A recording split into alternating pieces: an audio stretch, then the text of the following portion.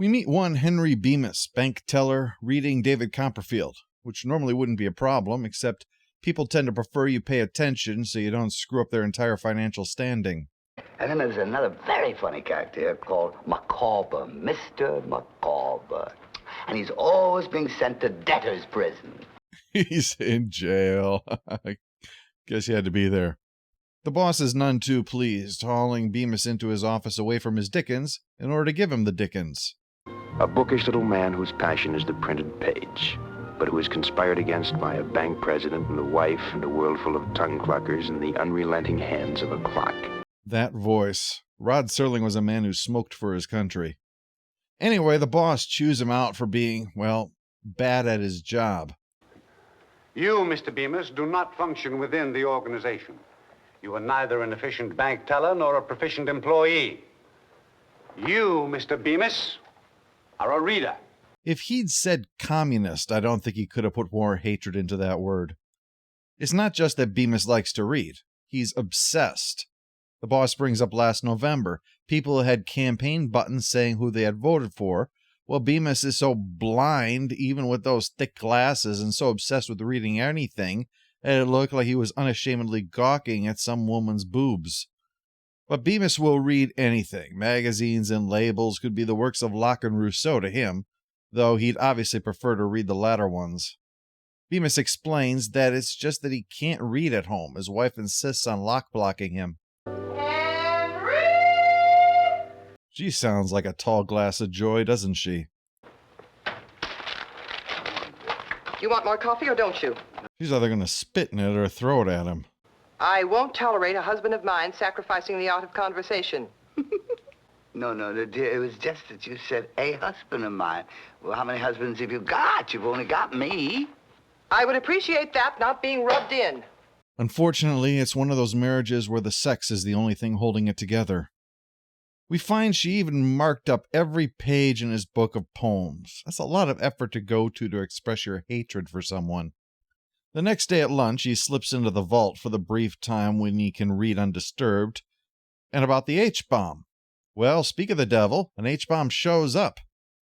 He stumbles out into the wreckage, goes through the world for a while. There's no people, but there is plenty of canned food, and even better, a library. Well, the remains of one. He finally has the time to read, only he drops his glasses and they shatter. He can't read a word now. And I can't help but think his wife's ghost did that to him. This episode is based on the short story of the same name by Lynn Venable, who, according to Wikipedia, quote, is a retired American soccer goalkeeper who played professionally in the American Indoor Soccer Association. The story would have languished in equal obscurity if not for Serling. It's described as being told in a, quote, clipped, bland manner, and cute, clever, and forgettable. Serling gave the story real life, so it's about more than a man meeting his ironic comeuppance. You can sympathize with him. Burgess Meredith, in the first of 4 roles for the series, brings the character so skillfully to life. Twice nominated for an Oscar and beloved as the Penguin on Batman, Meredith is a character actor's character actor. To capture the effect of the bomb, they skipped out on all the stock footage and focused solely on Bemis, using a set built on springs to capture the shaking of the detonation. The soundstage with the blasted aftermath used a sky painted for motion picture. And George Clemens, the cinematographer who had them use those springs, used a novel blue filter in order to really draw out the clouds in it. The stairs of the library were normally used at MGM to lead into some matte painting, but now it leads to a broken world, where his own glasses soon follow. In people's memory, this episode is probably less than 10 minutes long. But let's be clear, when Bemis pushes his way out of the vault and sees the collapsed stairway, he doesn't go merrily skipping his way off to the library for his ironic end. He stumbles through this devastation with horror. Serling describes it as an 8-hour tour of a graveyard. Bemis desperately seeks out his wife, and anyone else who might have survived. When the search reveals no one else, he comments, "I'm not sure I want to be alive." When people do think about any irony in this episode, it's about that ending. but that is usually the case with the Twilight Zone. The irony here, though, is more than that. It's that a man who lived his life locked away from other people is unsure if it's a world worth living in without them. That's not even factoring in super mutants and damn dirty apes. He has the means to survive, but nothing to live for. A car offers him hope, but it just won't turn over. He's empty. He's alone. He stumbles upon a revolver and considers using it to escape reality again, but this time in the most final way possible. The books aren't just about that he loves reading.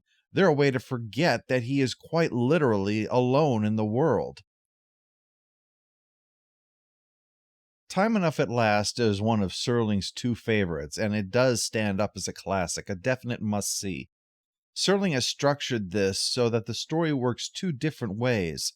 On the one hand, all poor Bemis wants is to read, and the world is hell-bent on stopping him, practically vindictive in its attempt to thwart this simple and harmless thing. And yet, Bemis isn't some innocent victim. His customers and his boss have every right to complain about his poor performance.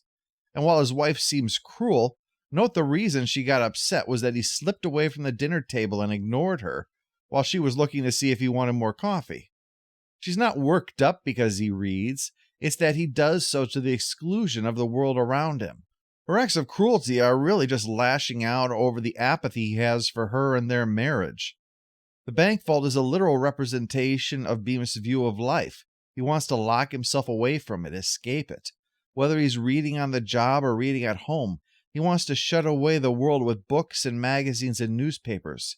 He reads about them, and yet he is constantly separated from them by choice. The double meaning of the title is that there was time enough at last for him to do what he wants, and now there's time enough at last to realize how much of his life he squandered shutting life away. Still, the viewer can't help but pity him.